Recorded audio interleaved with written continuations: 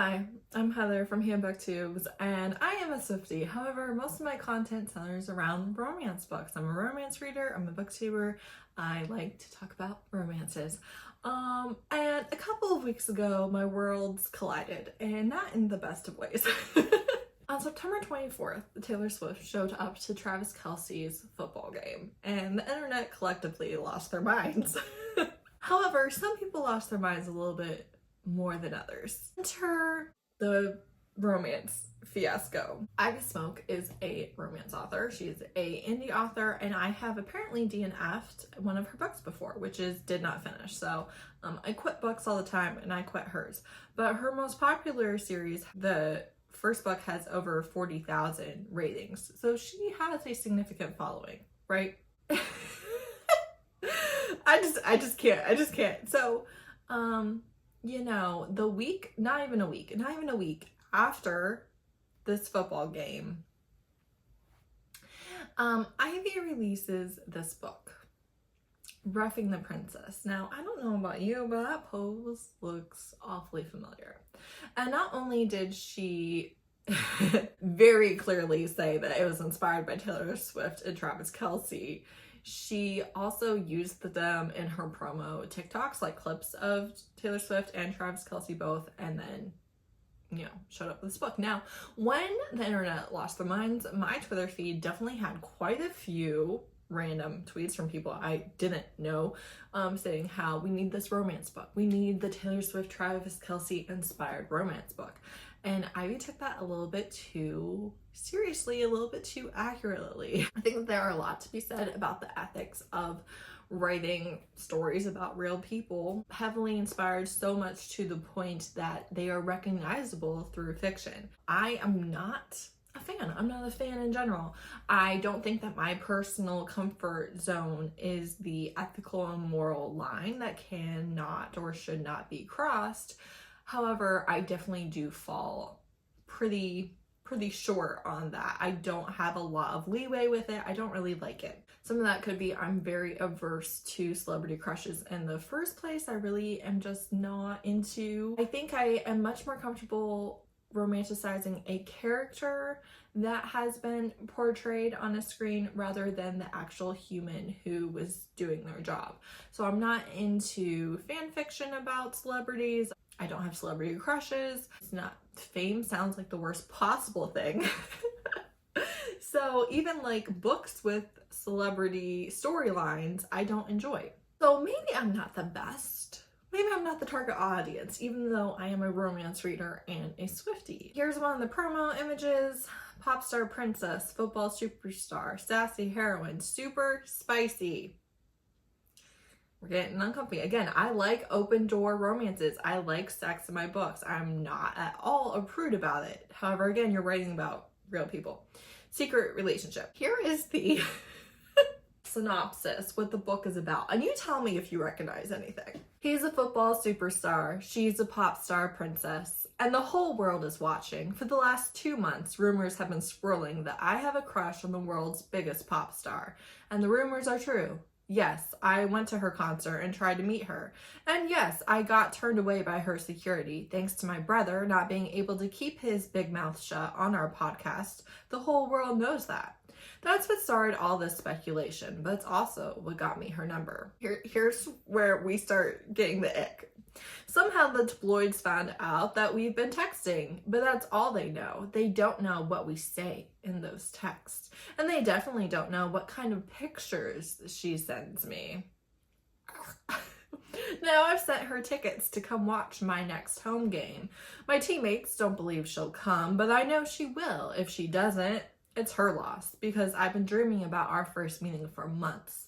And the things I'm going to do to her are too sinful to be reported in the tabloids. Roughing the Princess is an extra spicy standalone with a happily ever after.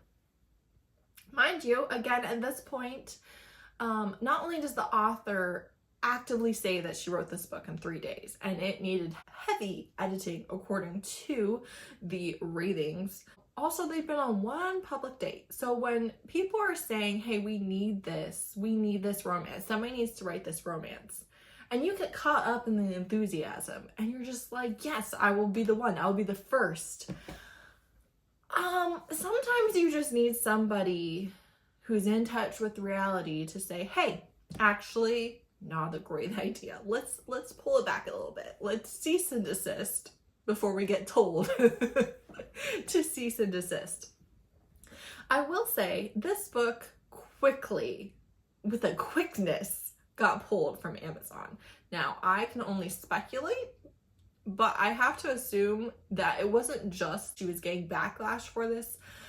I have to assume that she was told take it down, and or Amazon forcibly removed it themselves after being contacted and told to take it down. I don't know, but it is not available anymore and was not available by the time I even heard about it, which was the next Sunday, like the day of release, I think. I was actually at my sister's house watching football with our husbands and our kids. We watched the Bengals, which the Cincinnati Bengals, they really put their fans through it. So we weren't watching a Taylor Swift, Travis Kelce fan cam thing. We were watching the Bengals, but we were reading some of these highlights, some of these reviews, the synopsis, and honestly just losing our minds in horror.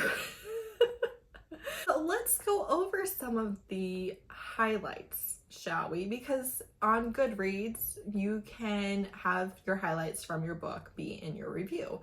And some noble people did so. Also, I just want to say I'm not going to share who did these highlights because I'm pretty sure it was a positive review. 17% into the book, we have, if she wanted to go for a mustache ride, I'd give her the ride of her fucking life. Now, I don't think I need to tell you that turning a beard into a mustache is actually a hate crime. It is absolutely one of the worst things that you can do. Have you seen Schitt's Creek when Mutt shaves his beard and Alexis is like, I just feel like I should have been consulted. And he was like, I didn't know I had to ask you about shaving my facial hair. And she was like, that beard was my favorite thing about you. And then they break up. Valid. Justice for Alexis Rose. Because when I tell you, a mustache is the worst facial hair choice that anyone can make. I understand that we as humans have a wide range of likes and dislikes, but I just feel like we truly should be united on this one front. If a man ever said to me, do you want to go for a mustache ride? I can't imagine a greater turnoff, honestly.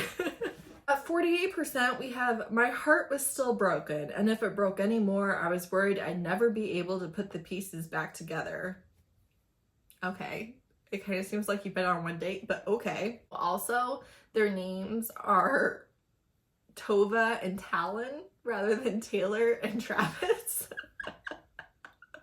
Mistakes were made. I don't know. 68%. Tova Saber liked running from me, but God, I'd chase that girl anywhere. And like, I'm into primal kink. I like a little chase scene, but no thank you.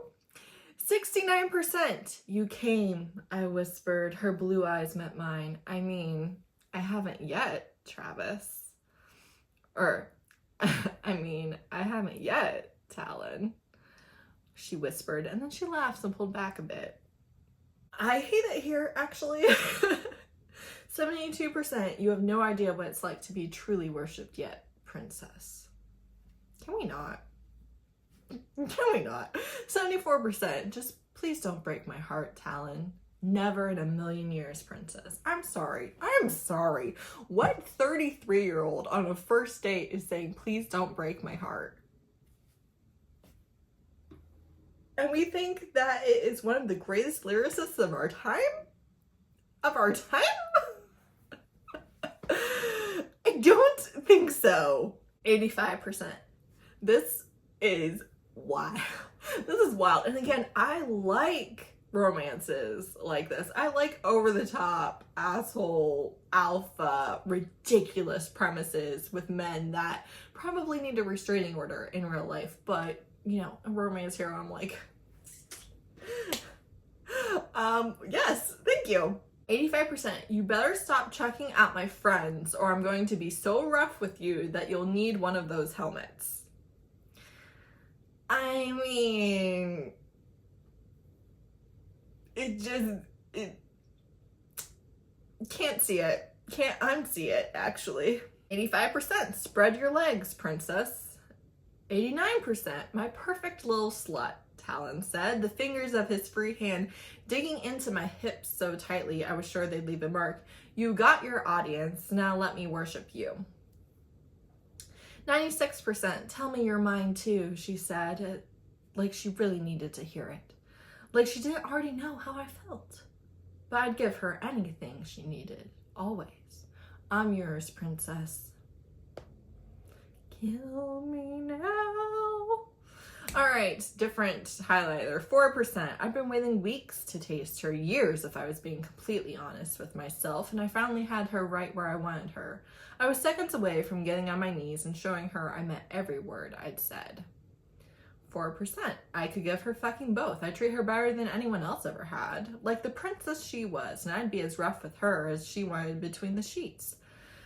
And this is the part that truly just set me. I wouldn't end up as a lyric in one of her new songs. I find it odd that you would be marketing this to Swifties when that has to be one of our greatest pet peeves, right? The storyline that Taylor just dates people to turn them into songs, and or that every single person that she's linked to is immediately asked, how are you going to feel about having a song written about you? I don't think you know your audience. 5%. Wait, hold everything. This is about to be the best moment of my life. But first I need to back up a second and start from the beginning, because I never in a million years thought Tova Saber would be seconds away from letting me devour every inch of her. Never in my wildest dreams. I hate it. I hate it. 49%. You stood me up, princess. He laughed, but it sounded forced. Oh, this seems like it's going in a great direction. You know, I told my friends you were coming. The whole team is going to give me shit for this. How they've already given me shit. I'm in the friend zone, right? That's what this is, baby. I don't want to be in the friend zone. If anyone, but if a woman is not picking up what you're putting down, you don't get to scream friend zone, because you're not entitled to being anything else. 49%. Do you have any idea how long I've been waiting to date you? I've been in love with you since high school. You don't even know her. You don't even know her. Having a celebrity crush, as much as that is not my thing, having a celebrity crush is not the same thing as being in love with people. And that is where a lot of wires get crossed and where you end up with stalkers. This is weird. Weird.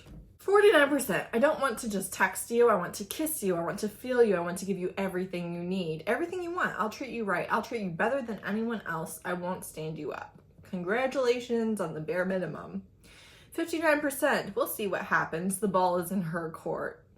So douchey. I can't. This part of the actual real life story. Ew. I smiled at the camera. I smiled at her. Come to the game, princess. Let me give you everything you need. All right, let's get into some 1-star reviews, shall we? This was awful. I expected it to be cringy, but this made me straight up uncomfortable. Use direct or almost direct quotes from their podcasts and interviews, so when the spice hit, it was almost painful. Took the cute butterfly feeling I've had watching Taylor and Travis together and made me just feel so icky. Bestie, you better have your lawyers ready if Paine ever finds this. Another, let me tell you something about this book. Please don't do it. If you're a Swiftie, if you're not a Swiftie, just don't do it. It is one thing to get inspiration from a situationship. This was outright disrespectful to both parties. I'm not a Swiftie and I felt revolted reading this. How many books we have that are inspired by Taylor? It is one thing to be inspired and another different thing to just do what the author did with this. The only reason I read it was because I was curious why the author would write a book in 3 days and publish it. Such a money grab, and curiosity killed the cat, and now I just can't unsee this. So because I can't unsee it, I'm warning you, just pick something else if you want to support this author, but don't read this. I hope Paine sees this. It's a 2-star, and I am not going to share the username. I won't lie, when I first finished it, I gave it 5-star rating, but I've had several hours to digest what I read, and it didn't sit well with me. Look, I'm all for changing your mind. I change my ratings occasionally when I'm like, you know, I just don't think that was accurate.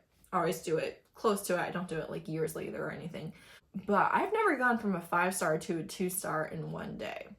I've only ever adjusted it by 1-star rating. So this person did originally give it 5 stars, which is sus, but whatever. I'm all for fan fiction, love it actually, but this was literally a copy and paste of interviews that Travis Kelce has done about his crush on Taylor Swift. And I'm all for smut, but this one was cringy to the 1000th degree. They are grown adults, and I know that we, mere mortals, have no idea how kinky they are in real life. Do you, ma'am and sir?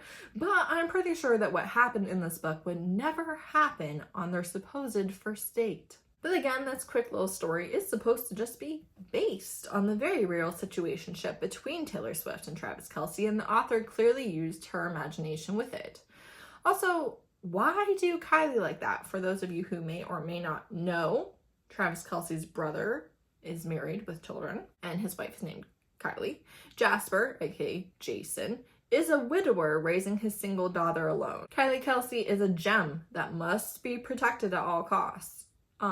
Yeah, that's weird and gross. I understand having people be single so you can write another romance book about them, but that's real weird.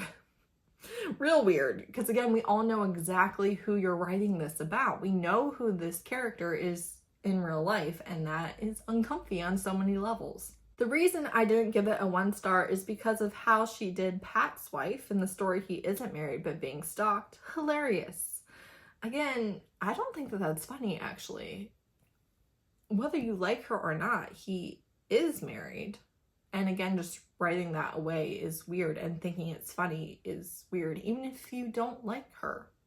Even if you don't like her for him, I'm not, no. Not on board. We don't meet the stalker, but she hints at writing a sequel in the author's notes at the end.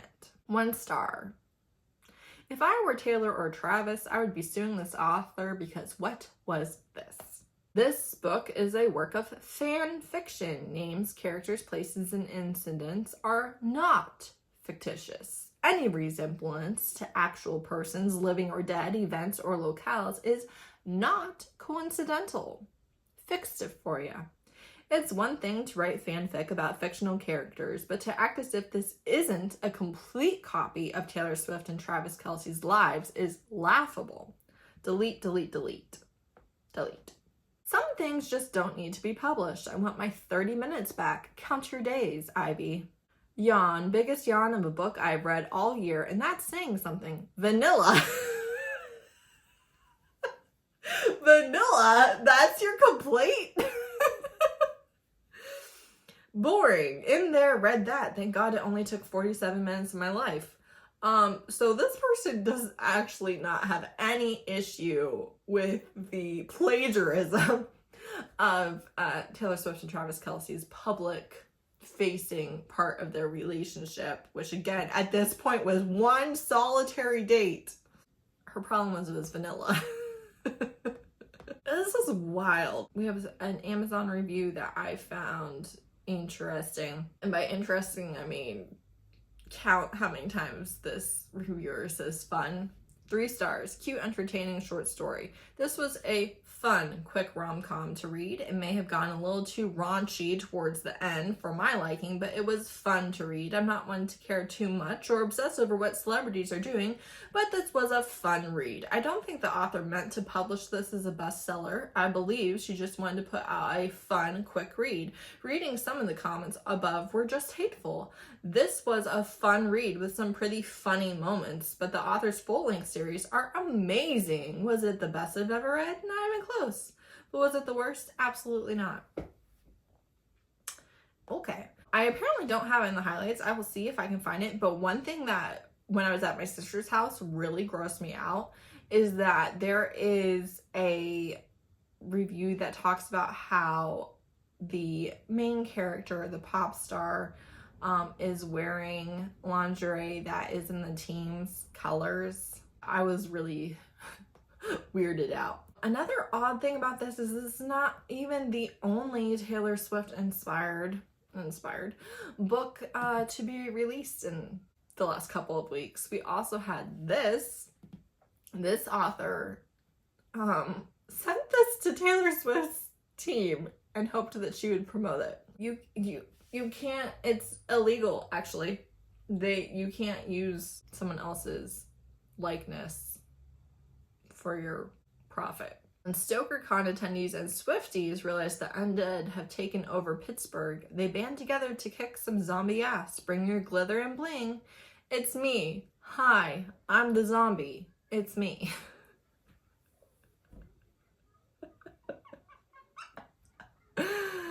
Like, that would be funny as a meme, maybe. You can't have a whole book about it. This was also removed quickly, swiftly. No, I did not say that. This was gone rapidly.